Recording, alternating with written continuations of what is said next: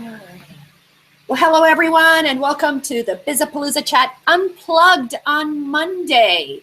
So, welcome, and we're here every single Monday at 2 p.m. Eastern to help your small business control what's taking control of your life. I totally screwed that up. You know, I say it all the time. I should get it right at some point. I'm your host. I'm the publisher of DIY Marketers and the host of Bizapalooza Chat. And so, one of the things that's real interesting, I am a real technology geek. You guys know that because I love all kinds of tools and apps and things like that. And one of the things that we're going to talk about today is something called the productivity paradox. Do you ever notice how you have all this technology? It's supposed to make you more productive, but in essence, it makes you even less productive. So that's what we're going to talk about. And whenever, as you know, whenever I'm curious about something, I bring in someone who knows a lot more than I do. But today, I'm bringing in my new friend, Amir Kendic, who is a countryman. He's from the former Yugoslavia, I'm assuming, right? Yes, Croatia. You're from Croatia. Okay, great. I'm from Serbia, Yes. Croatia, but we're all Slavic brethren here. So Tomato, yeah. Tomato, right? So what's really, really great is that he's here with us. He is the founder of Kusha Calendar. It's a really cool calendar app that offers a unique way to share and organize important moments with your friends and family. And so I thought that he would be a really fun person to chat about productivity and the productivity paradox. So welcome, Amir. Thank you for having me. I'm super excited to be here. Excellent. So, you know, while folks start tumbling into the chat, what I really want to know, because you are kind of a new friend of mine and you've been around, so tell us a little bit about yourself, how you found Kusha Calendar, you know, this whole thing, right? Your entrepreneur journey, tell us all about it. Oh, wow. Well, the entrepreneurial journey started back in my early 20s when I got out of college. I started working, I went to school for web design. And so did my sister, but she was far more creative than I am. She's a design person by nature. I couldn't draw a stick figure if my life depended on it. But I went anyways because we had in mind to have a business together. So we both went, took the same trade, and then I also went for business. So my first job out of school was working in a cubicle, like most people. You got that first office job and you're excited. And then it didn't take long for the novelty to wear off because it was a pretty stale, boring environment. And, you know, I started to realize, you know, I got to get to my goal faster because if I got to stay in this environment any longer, I'm going to go crazy. So we started our web business together, working in the evenings and weekends, you know, like most people, just finding whatever spare time you could to start establishing a client and generating a little bit of revenue.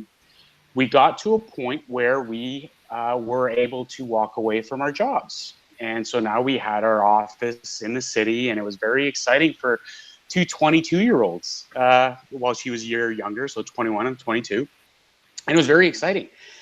What we didn't kind of get our headspaces into was working 60, 70-hour weeks trying to keep your business going. So it was, you know, it was fun. It was exciting. It was great. But early on, you know, I thought I'm a little bit too young for this.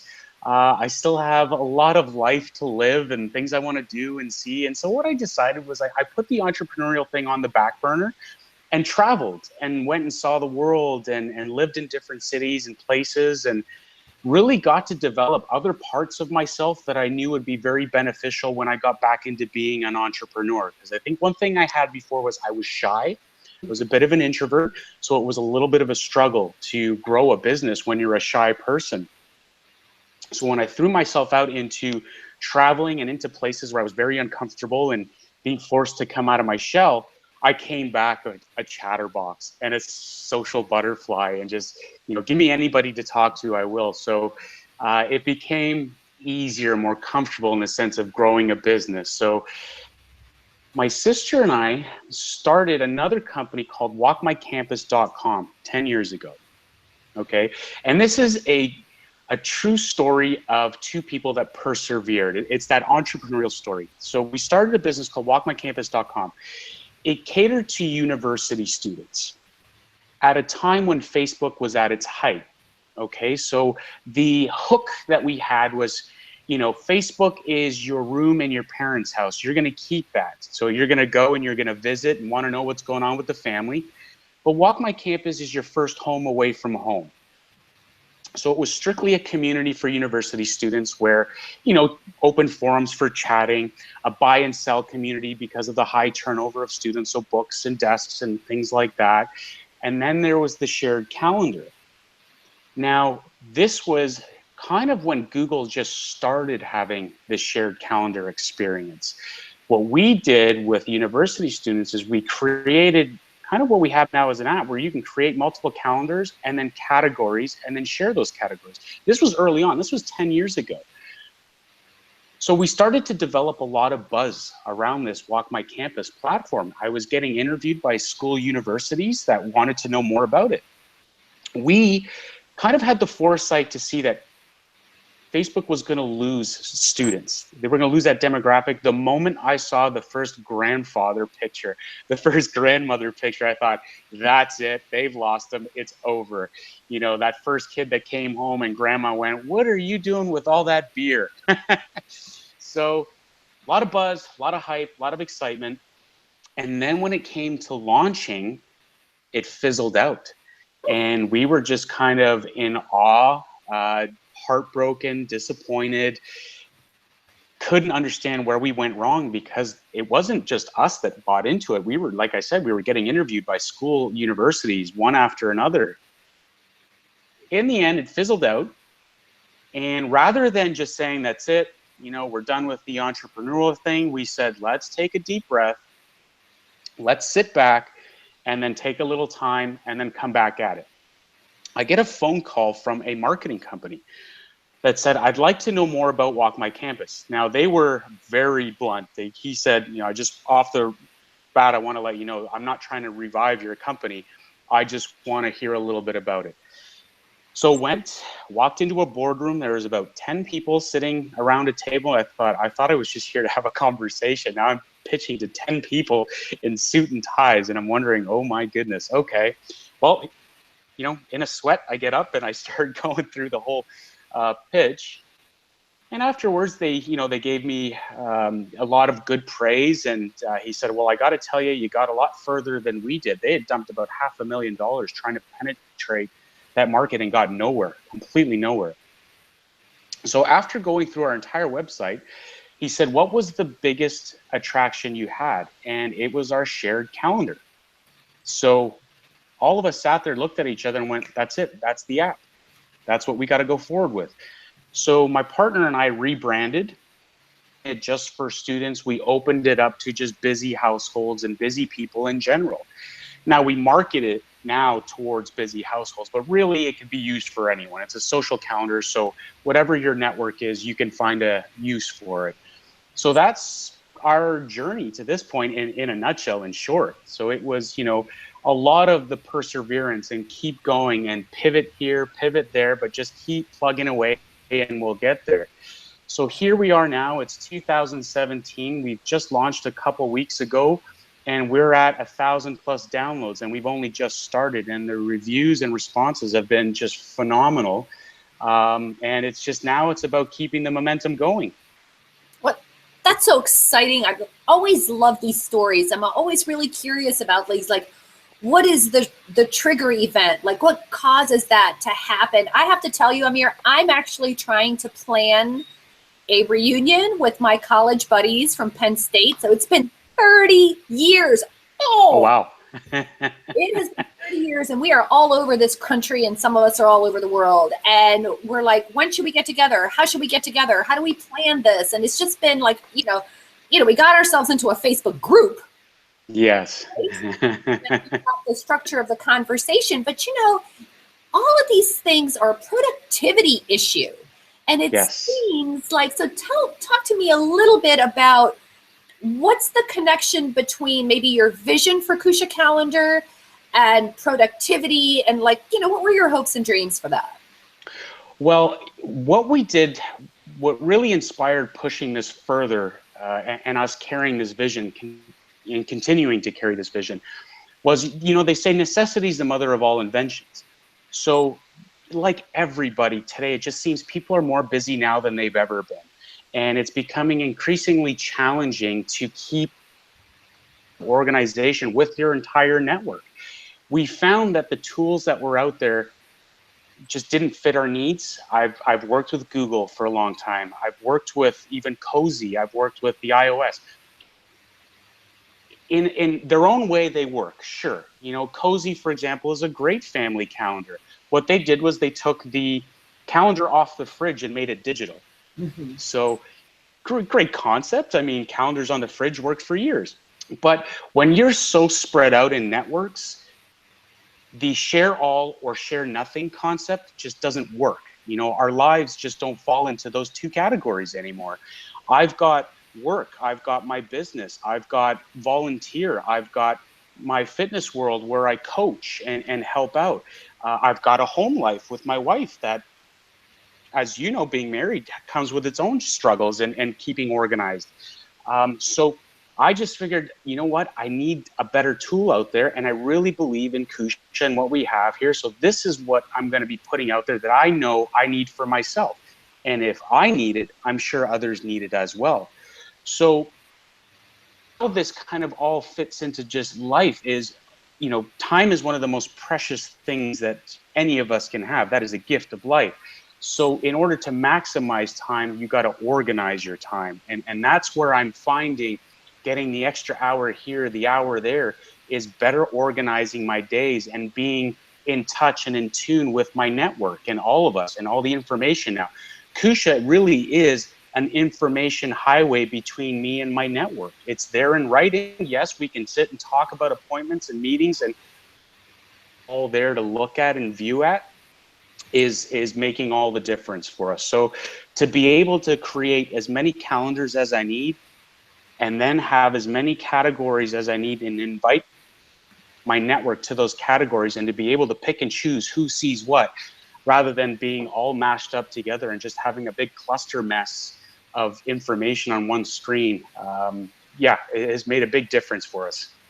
How do you measure productivity, right? I figure if so for example, I'll tell you right off the bat, today, I had my son's birthday was this past weekend. I think I told you that. And so, you know, he had bunches of family coming. So my goal all last week was to front load.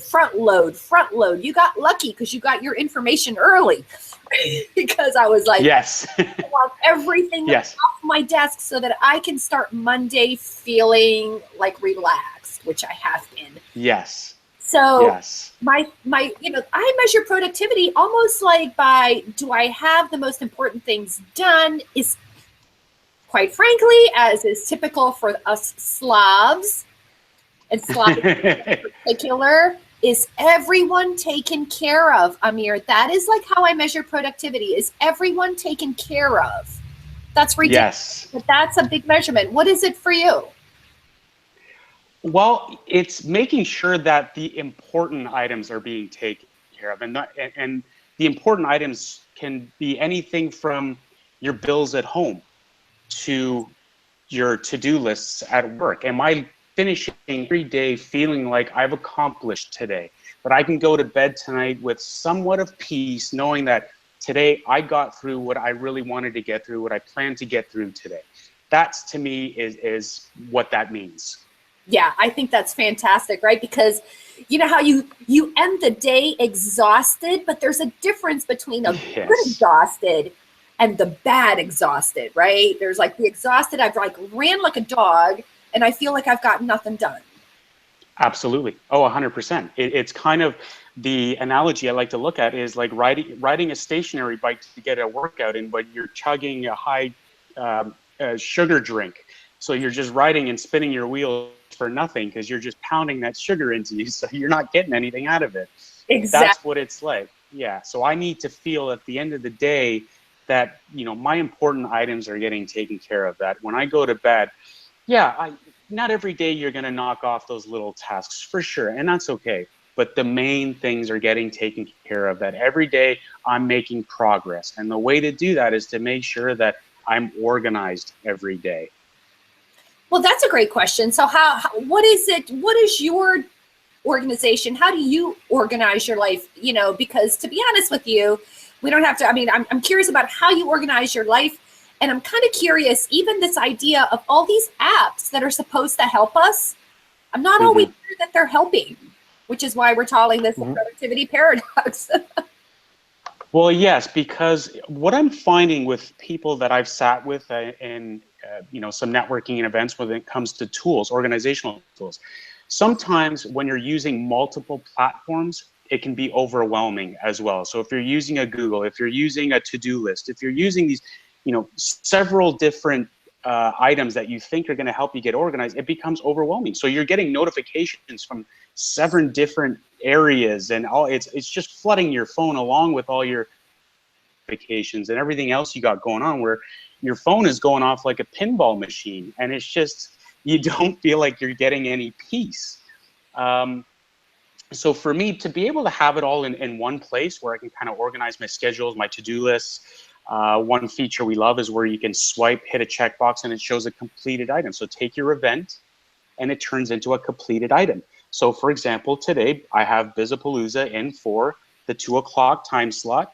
When we're finished, I'm going to swipe, hit the check, line goes right through it. I know it was completed. So at the end of the day, that comes with part of the rewarding feeling. When I look at my agenda at the end of the day and I see line items through a lot of the things that I mainly wanted in my schedule, I feel good. I feel like, okay, I'm exhausted, but it's a good exhausted. It's a good exhausted. As far as what I do to organize myself, Sundays, I generally like to kind of close the brain off to growth and development and awareness, but I like to stage my week. Okay, so I look at Monday to Friday and what I'm looking to accomplish over the week, and I plug in my events, my appointments, my meetings. Everything's pretty much there in writing for me to look at. And then I have my task lists as well. I know that's relevant to those items. And then, of course, every night, what did I learn today? What did I take away with today? And what can I take from today and add in tomorrow that I didn't quite cover? Okay, so it's almost like I check in with myself every evening. Okay, I take that time to sit. If I only have 15 minutes, it's 15 minutes worth putting in. So I'll sit, I'll do a check-in. Okay, what did I get through today? What did I miss? What wasn't all that crucial that I could put off to tomorrow? And I go that way. And I really find that being that organized on a daily basis, the whole check-in helps me find more time to do things that are important. I love that. So I'm going to jump into the Twitter stream and read a couple things. Sure. And while I do that, I want to talk about productivity and efficiency, because that's what folks are talking about right now. So we've got Dave Butcher, who is awesome. He talk about productivity. He has something called UTM for the win. It's an awesome little tool that allows you to track where your links and clicks are coming from. And that allows him to be more productive. But one of the things he said, when I asked the group, what is the difference between productivity and efficiency? He said, productivity is the ability to produce, measurement of gross output. Efficiency is productivity, divided by time and effort. Okay, as you can see, I told you all this because he's very mathematical about it. Yes, yes, clearly. Actually, I've got Charles Franklin on the line. He's one of our DIY marketers experts. And one of the things I love about Charles is that he sets these really awesome goals. He does this thing where he'll say, he started with 1 push-up and now he's done 1,500 in a day. Oh, wow. So he's really, really into this, setting goals and putting structures in place to them. So I really love that he says that. Barry's talking about having up systems to measure. Folks are talking about Basecamp. We're just all over the place, Amir. But how about you? What is, to you, what is the difference between productivity and efficiency? Well, efficiency for me is in the manner of time in which you complete tasks. That to me is being efficient. So are you using all the resources and everything at your fingertips to be productive? They kind of, for me, go hand in hand. That's what productivity to me is getting through tasks with being able to use everything that's at my fingertips, and that's what would make it efficient. So, you know, my partner and I often joke about, you know, oh, look, a squirrel, you know, it's getting sidetracked, and you're not being efficient that way. So how can you be productive if if your attention is constantly being taken in other directions? So for me, multitasking is one of my greatest strengths. And the reason why I'm productive and efficient in my multitasking is because whatever task I'm on at that time gets my full attention, and I stay the course and I don't deviate from it. This has my attention right now because this is important. So I'm going to stay on this until it's completed, or to a point where I'm comfortable to say, okay, I can leave this here now, and I can move on to something else. So that's kind of how it all ties in together for me. I love that. You know, I still, and when life gets overwhelming, we'll probably talk about this a little bit later on, but when life gets overwhelming for me, I use that, oh, now I've forgotten what the name of it is called, but it's the grid, the importance urgency grid. Mm-hmm. And I will just like sit there on a notebook piece of paper, and I'll make that grid with the 4 quadrants. And then I'll put in, you know, the most important and most urgent are at the very top. And I'll sit there and, you know, look through and see what's most important, what's most urgent, what has to happen. I try to do those things. Yes. Right. And yes. then yes, very good. work my way down. And I love that distinction that is all about, how does it say? Important things are what grow your business, and urgent things are for like other people, right? So yes. Something like that, no, right? That's a great analogy. Yes, absolutely. Exactly. So, you know, let's see. Look at David. I love David's responses. They're so technical. He asked the question is, which is more important, right? Which is more important, productivity or efficiency? And he says, depending on what you were hired for, your rate, and how you're being billed out. That's pretty specific. What do you think? What's most important? Oh, well, I don't know. That's a tough answer to be, because I think he's right. It all depends on what your role is in the company. So, boy, that's a tough one. I gotta, yeah, it is. I mean, like I said, for me, productivity. Sorry? I said I wanted to stump you. I did that on purpose. You did. You totally stumped me, because again, I look at productivity and efficiency as something for me that goes hand in hand. As you know, a startup company, you know, I don't have an abundance of staff. I don't have, you know, we're pretty much like a one-man band. Mm-hmm. So you're the drummer, you're the guitarist, you're the singer, and so productivity and efficiency go hand in hand. You know, whatever these tasks you're doing have to be, you know, productive and growth, but also you have to be efficient with your time in doing it, because I've got other things that I've got to take care of. So, you know, from morning to night, my whole day, you know, I'm looking at social media, I'm looking at networking events, I'm looking at, you know, product testing itself, you know, developer meetings, partner meetings. I mean, it's a long day of, you know, different areas of the company. So yeah, productivity and efficiency for me are hand in hand. I can't have one without the other. I think so too. I like what Andrew Allen says. He says, for me, it's always productivity. Efficiency comes once a process is detailed and repeatable with fixed steps. I think that is a great point. It's almost like productivity is the development of the system, and then efficiency is how well do you run that system. Absolutely. Exactly. Absolutely. You know, so that's always, we'll see how that goes. So let's talk about this idea of technology here to help us, but then it actually kind of slows us down. I have to admit, I'm so embarrassed. I have never really heard of the paradox. And I'm like, Eva, do you have to use such big words? And she said, it's like a real term from like the 70s. Yeah. So I did a little research, and now I know what it is. I mean, have you found that to be true in your life? Sorry?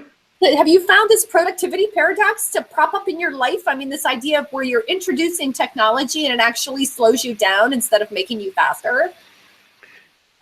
In some cases, yes.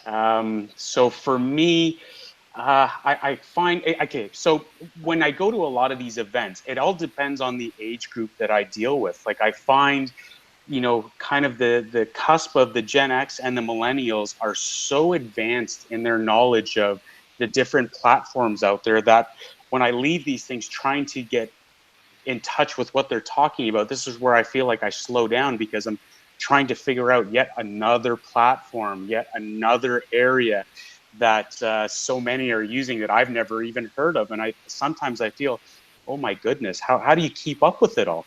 And yes, this is where some of that kind of productivity falls off, is because you're trying so hard to spread yourself in every area to keep in touch with what's out there, where some days I just say, you know what, just stick to your strengths, reel it in and stick to the platforms that are working best for you and focus your energy there.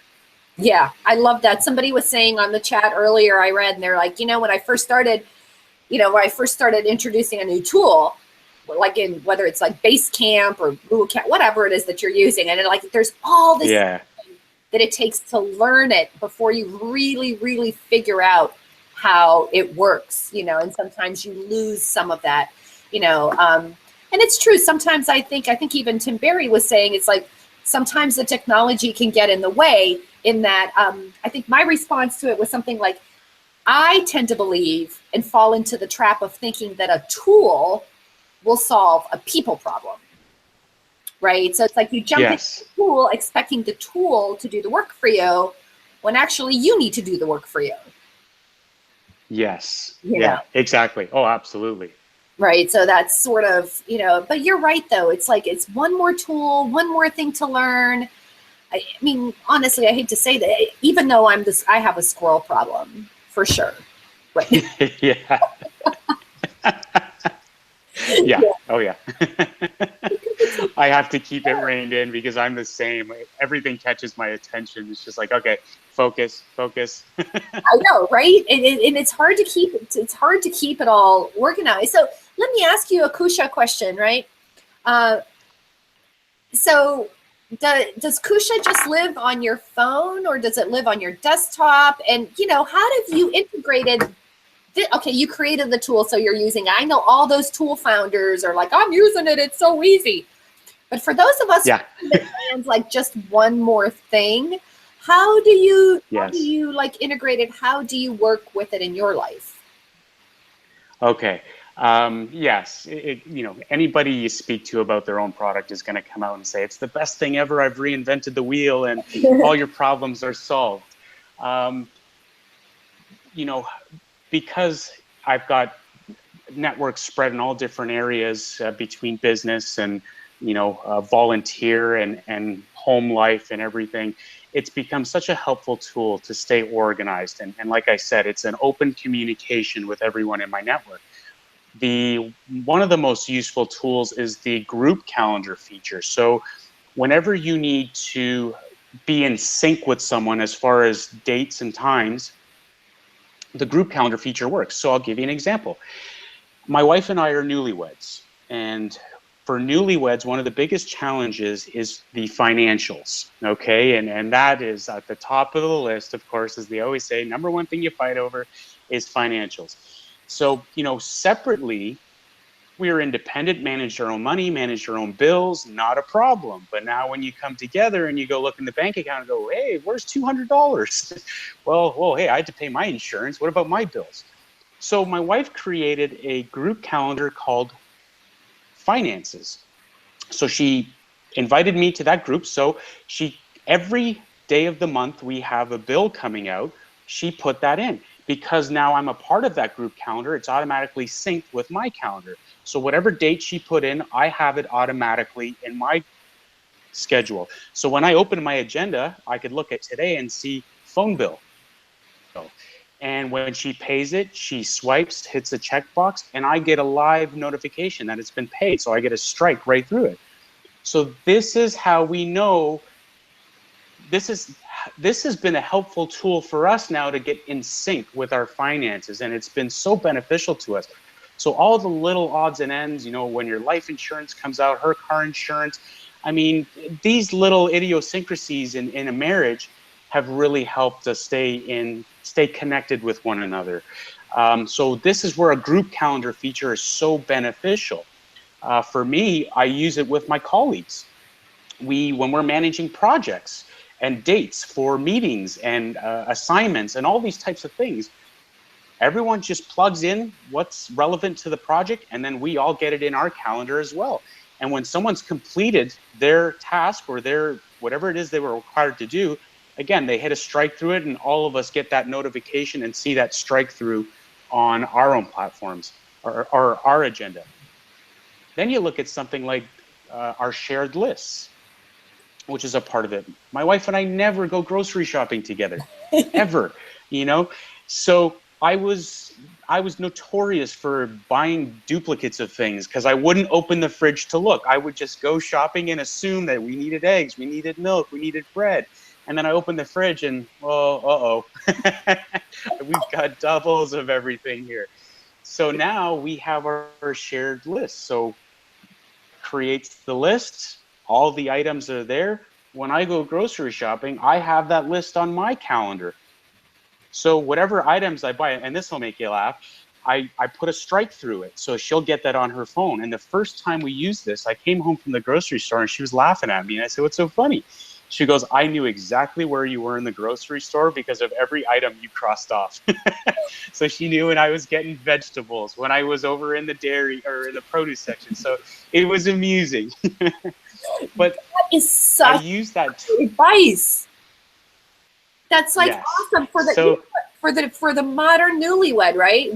My husband and I are, talk about paradox. We are a paradox, or we're strange. We're a strange couple because we were yes. old when we got married, so we had everything separate, and we combined like for like a year, and we just like couldn't do it, right? So we just like had this Yes. rule: if there's a bill and you see it, pay it. This is the rule, right? Yeah. But what a great way to like integrate. Really, it's not just like you have to you don't have to combine. You can integrate by using like these shared systems. I had never thought this wasn't a finance thing, but what a great idea! What a great idea! Yes.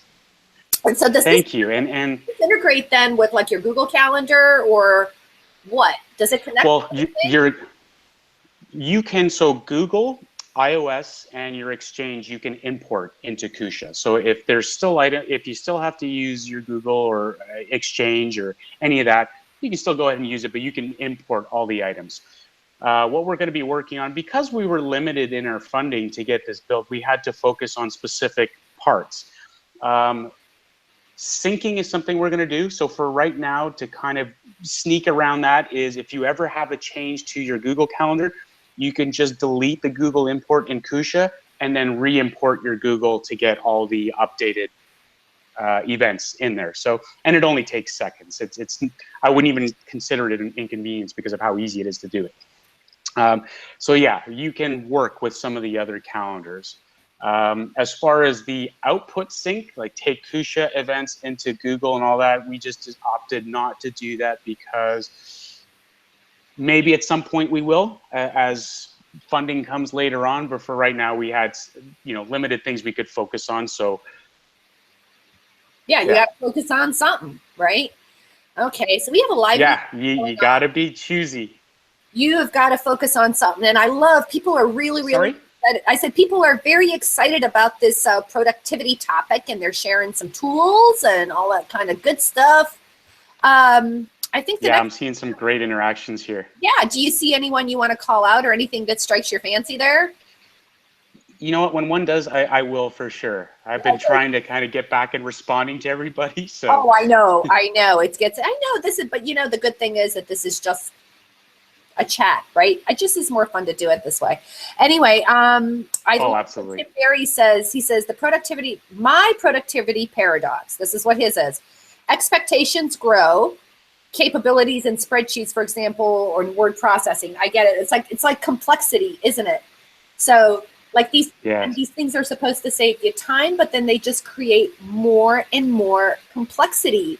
And that makes it kind of challenging. And that, of course, brings up the next question, which is, how does and this might be obvious maybe, but how does your personal productivity impact that of your business? Sounds like you have a team going on, right?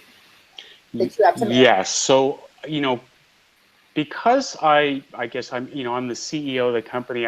I'm responsible for every area of the company. So I'm responsible for the development team building it and overseeing that. I'm responsible for our networking events. I'm responsible for our social media. I'm responsible for our fundraising.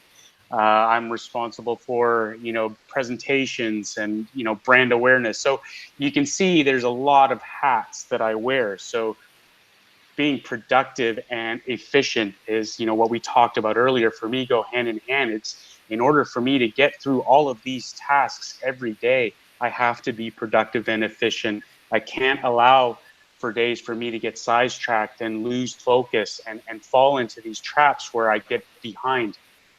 Because once I get behind, it's a hard fight to get back to being on track with everything, So you end up looking at burning through your weekends trying to catch up. And then when Monday morning comes, oh my goodness, you're exhausted and you're starting your week like that. And that's not good for anybody. Exactly. So I was just going to ask. So, I mean, invariably, I call it like you're like you have a hula hoop, right? And you've got it spinning, spinning, Mm-hmm. spinning, and then it just falls. You got to pick it back up in. How do you dig yourself out of, you could get sick. Anything can happen. There could Yes. be a family emergency that kind of throws you out of sync, and we don't always plan for those. So how do you have a process that you use to dig yourself out? So, one of my favorite words is delegating. So if I'm in a circumstance where I really feel myself starting to slip into quicksand and fighting to get out and more is piling on and I'm sinking, that's where delegating comes into place. I'm not shy to ask for help. I'm not shy to lean on someone that I know could take the ball and run with it for a little bit for me. So if I'm feeling tired and just kind of run down and I need a day to gather myself, put some things out in different directions. And again, take what's important, put it out, and what can wait for the next day or the day after, and move that aside. And so, yes, it is like keeping that hula hoop going. And sometimes it's the hula hoop and the balls juggling in the air as well. And you're trying to keep that all going, right? Yeah, So, absolutely. yeah, it can. Absolutely. Yeah. And So when you're the leader of the team, you're kind of putting the systems in place. So if you go down, yes, it all goes down. Exactly. So, it's funny, you follow social media and you run into a lot of, you got to work 24/7 and you got to hustle and you got to grind and you got to, don't sleep, don't eat, don't breathe, don't take a shower, and you think, well, that's not a good way to run anything, because you're just going to be you're going to crash and burn. There's no two ways about it. We're all human. Yes, some of us can go a little bit further on no sleep, but at some point, even the best of us are going to hit a wall and crash. So rather than building to that moment, try to get that rest in, try to turn the brain off, even if it's for 10 minutes a day. Now, it's easier said than done. I work at that. That's a part of, a character part of me, to learn to shut that part off and go. So when I can, I go to the gym and I put headphones on and I just blast music into my ears to blow out the thoughts of work and anything else, Yeah, and I come out with my ears ringing a little bit, but it's that hour, if I can get that in, that makes all the difference to me. And then I feel a little bit more relaxed and ready to go again. have you had an epiphany in the gym ever? Well, you know what? It wasn't the gym that did it. It was a trip I took recently. I went to New York City a month ago, and I had been burning the candle at both ends. I'd been working around the clock, and we were getting ready for our launch. So there was testing, there was, the brand awareness, social media, and, they were 15, 16-hour days and Saturdays and Sundays as well. And my wife was, hey, honey, try to slow it down a little bit, but I just felt like I wasn't doing enough. I got to keep going, And then I hit a wall. And what really terrified me was when I hit that wall, I felt a loss of motivation, a loss of desire for what I was doing. And it made me sad, because I've been working so hard to build this, and I don't want to feel that. Why am I feeling this? And, my wife said, honey, you're just tired. Like you're exhausted. So we went to New York City. and had 4 days of just food and walking and taking in the city. And we went and visited some great sites, and I felt re-inspired. I came back rested, and I thought to myself, you know what? I want to keep this momentum, this feeling going. And the only way to make sure that I do that is when I know that my body needs a break. Right. If that means shutting it down for a day, the world isn't going to collapse in a day.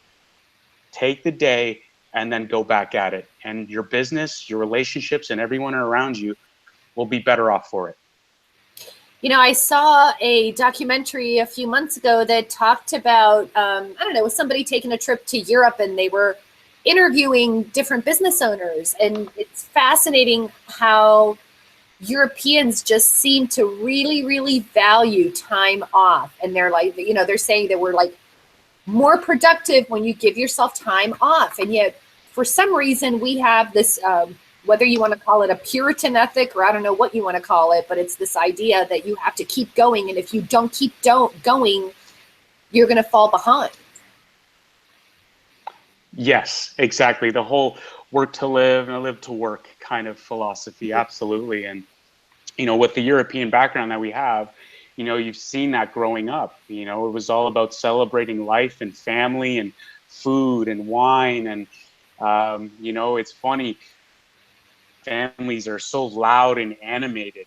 And when friends would come over and that were, you know, born and raised in Canada, and they would come to these functions, it was overwhelmingly like, oh my God, how does anybody hear their own thoughts?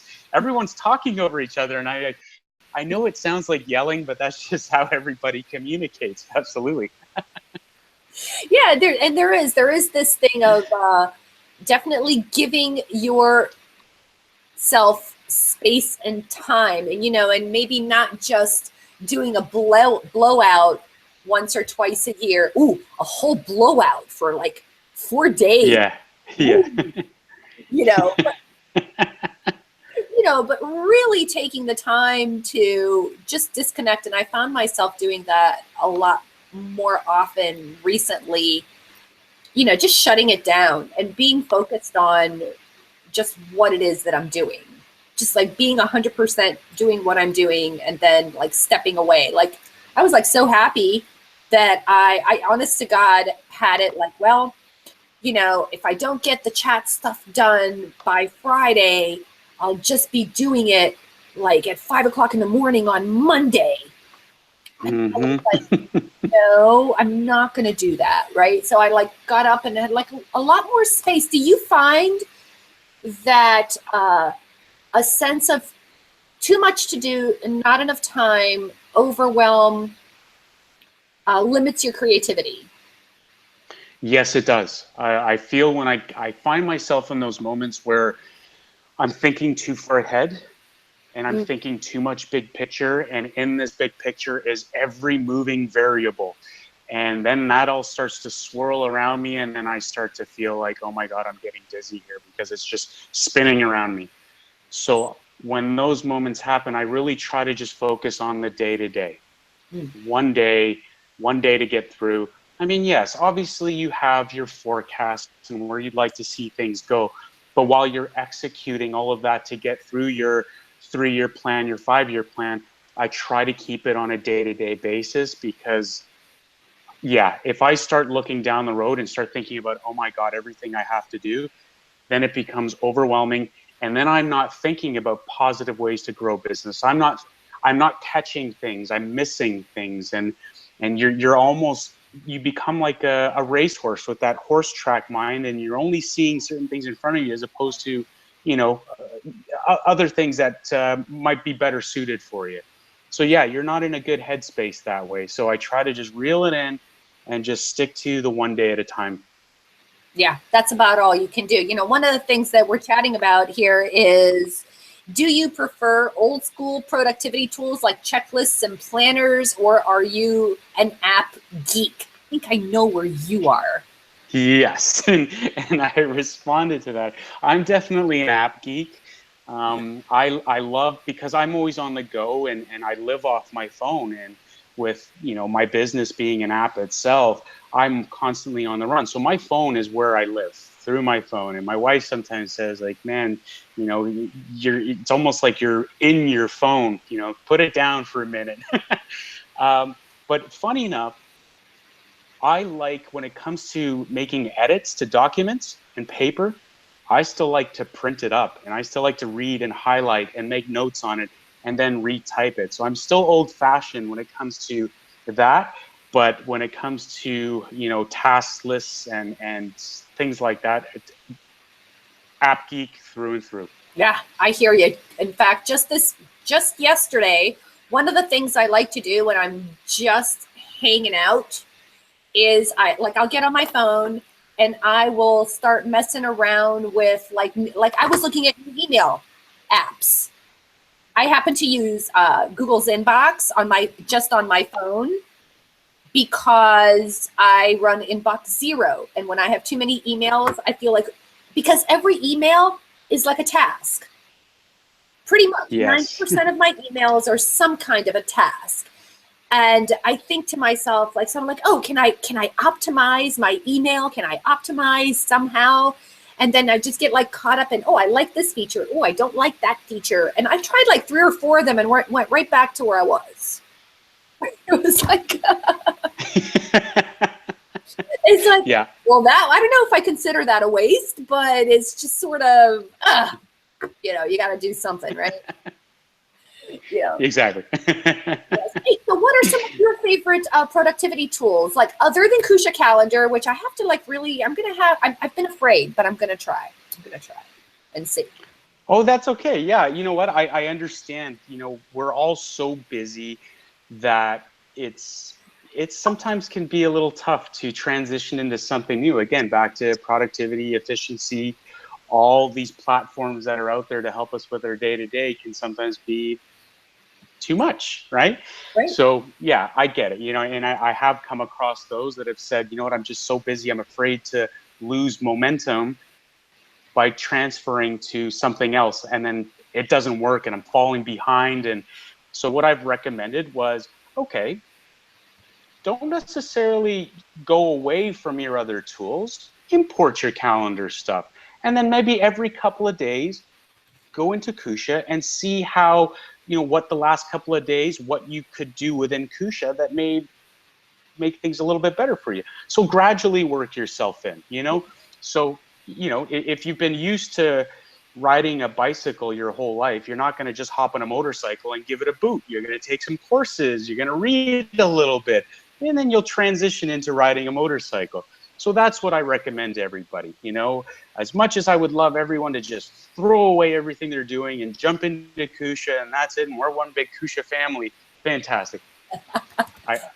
I understand you know, how busy we all are, and sometimes how overwhelming our lives can be. So I recommend to those that are a little timid about sticking, you know, doing a cannonball into a lake, dip your toes in the water little by little, then get your shins in, get your knee in, get your waist in, and then eventually, if you're comfortable, take the plunge, or you're going to jump right out of that cold lake.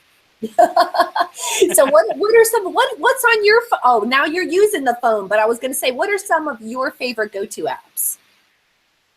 Oh boy, I'd have to actually look into my phone to see that. But I mean, social media stuff for sure. My phone's littered with different social media apps. But one of my favorites is called Meetup.com. Oh, And Meetup is, I think it's a phenomenal tool to really keep in touch with networks throughout your community. So volunteer stuff. So anything around my neighborhood that has volunteer events, they'll post it into Meetup. So when I go on the Meetup calendar for the day, for the week, I get to see what's going on. So rather than spending the time searching through Google for these opportunities, I can just go to Meetup and I'll find them because I've put it in my interests. So all my hobbies and interests. So anything related to apps and startup businesses as well. So I get anything from within a 50-kilometer, or for you guys, I guess, be the 25-mile radius of, you know, what's going on in that radius there. And I'll decide, okay, you know what, Wednesday night's free. I know this group's having a meeting from 6 to 9 o'clock. I'm going to jump in on that meeting and go and meet some new people. So that's one of my favorite tools, really. It really helps me stay connected and plugged into what's happening around me without having to put so much time and energy into researching it.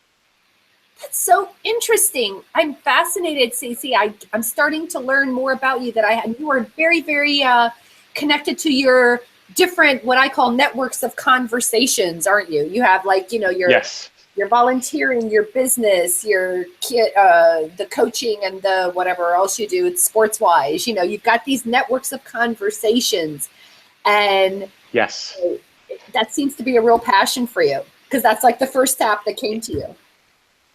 Yes, absolutely. I love people, and I love hearing people's stories. And my wife will tell you, when we go on vacation, when we sit at a cafe or a patio, I'm a huge people watcher.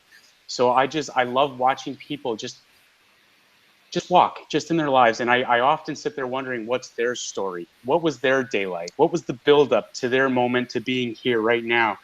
And I'm someone, whenever something's happening in life that isn't good, I always sit there and say, there's somebody out there having it worse than me. So I'm pretty lucky where I am. There's always someone that would trade their place to be in my place. And I try to keep that perspective. And how do I know that?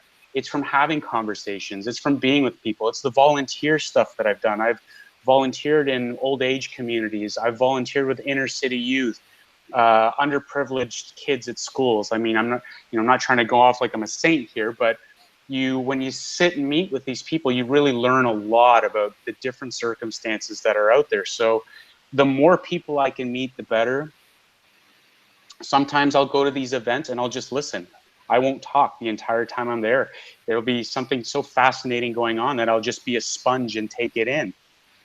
Some events I go like I'm a chatterbox and I don't stop until it's time to go. So yeah, for me, it's a real passion to be involved in all these different networks, because I just find people fascinating in general. Well, now it all makes sense, because I have to tell you, one of the constant questions I had was, that's interesting, the way you described the calendar and how it integrates like these different communities and things. And I was clearly, I'm not as active in these different conversations as you are.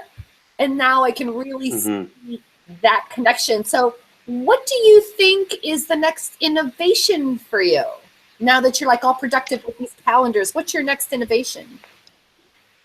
The next innovation is, Kusha right now is a free platform for everybody to use, and it's going to remain free. When we tossed and turned over what we would do here, did we want to make it a paid app or a freemium? Looking at households and how stretched everybody is, we figured, you know what, we're just going to leave that free. Okay, let's make this a fun tool and make sure the user experience is everything we believe it can be for everybody. That being said, it's also a business. And in order for a business to work, you have to generate revenue. So how are we going to do that? So we're now working on a secondary platform that's going to tie into Kusha as an offering to our users. To you when you want to see it. So the analogy I give you here is, imagine a mall with only your interest stores, only the stores you like.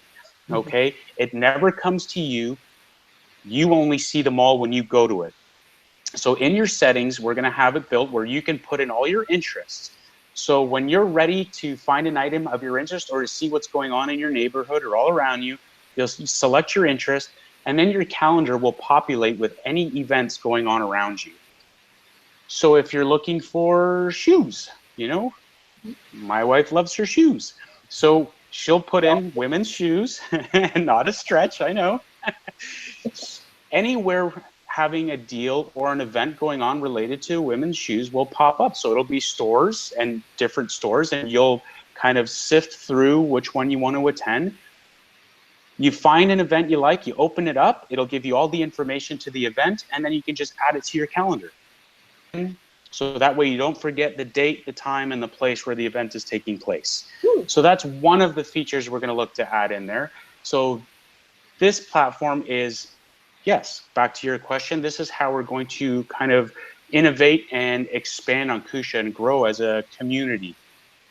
Just be kind of in touch with what's going on around you.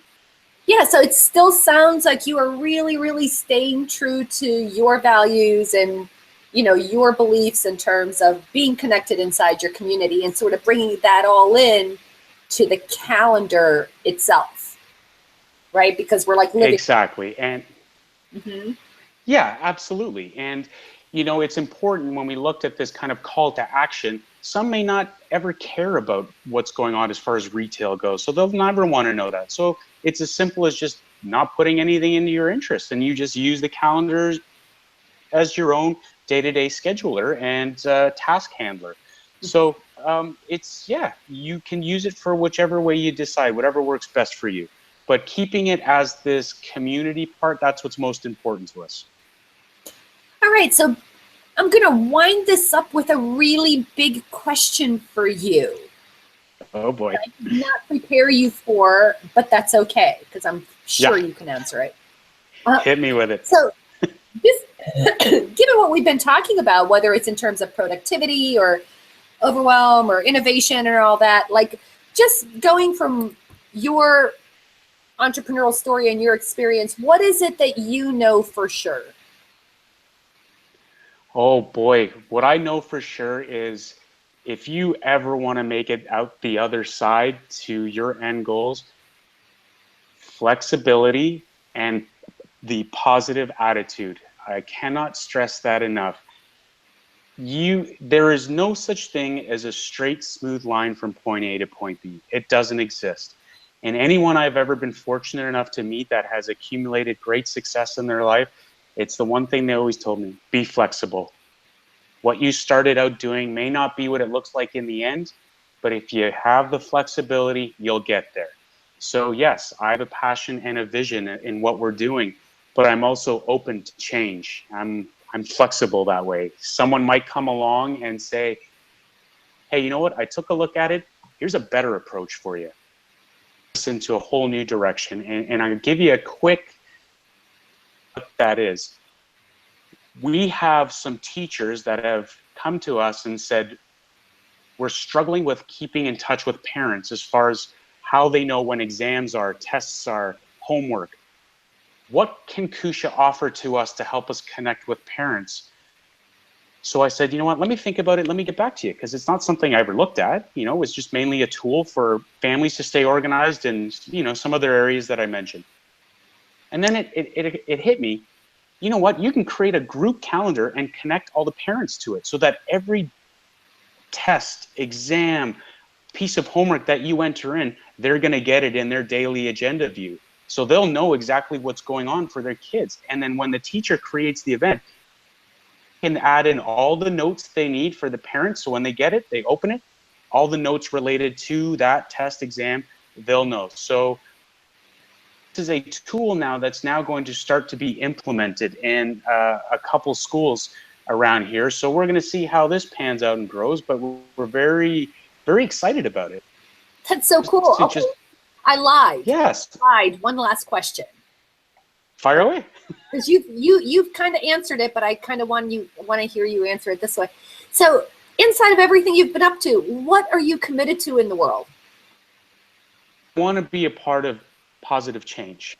So aside from the career stuff, the reason I do a lot of volunteer is there's a lot of people out there that are in need and struggle greatly, and it makes me sad. I think that it's unfair for those that really want kind of what the rest of us are fortunate to have: a roof over our head, food on the table, a full fridge. Like, these are simple things to us that sometimes we take for granted, and I'm sure we've all done it, where we've opened the fridge and went, oh, I'm so bored with what we have. But oh my God, how blessed are we to be in that position? So once I'm able to kind of get Kusha and the career stuff to level out where I can take a step away, the second half, or the back half of my life, or the back half of my career, I want to be involved in programs and volunteer initiatives, and really put a lot of focus and energy into a lot of these areas. So far, I've worked with different ones, like I'd mentioned. The working with seniors was incredible because they've lived, they've seen, they've done. And to sit with someone who is 95 years old and has lived through war, lived through hard times, sit there and just talk to you so positively about life and just living it and having that adventurous spirit. For me, I walked away with far more than I ever thought I was going to. Working with kids in the, the school that had just so many of these kids that went home to, families with alcohol and drug abuse and poor, and they didn't have food when they got home, and some were abused. And to sit with these kids and get them excited about books and literature, watch that transition from the first time I met them to how shy and how they had no interest, to lining up at the door and waiting for me to come in and having a book in hand, and they couldn't wait to share it with me and read it for me. I think the reward in giving rather than receiving is going to leave me far more fulfilled than anything else I do in life. Well, I don't think I could end on any more positive note than that. Amir Kendich, thank you so much for being here. Really appreciate it. Thank you very much. This was an absolute pleasure and a blast. I really enjoyed it. So nice to meet you. Well, that's it, everyone. That's it for our edition of Monday BizzaPalooza Chat. So happy to have you all. Thank you for being here. Goodbye, Amir. Thank you. Thank you. Bye.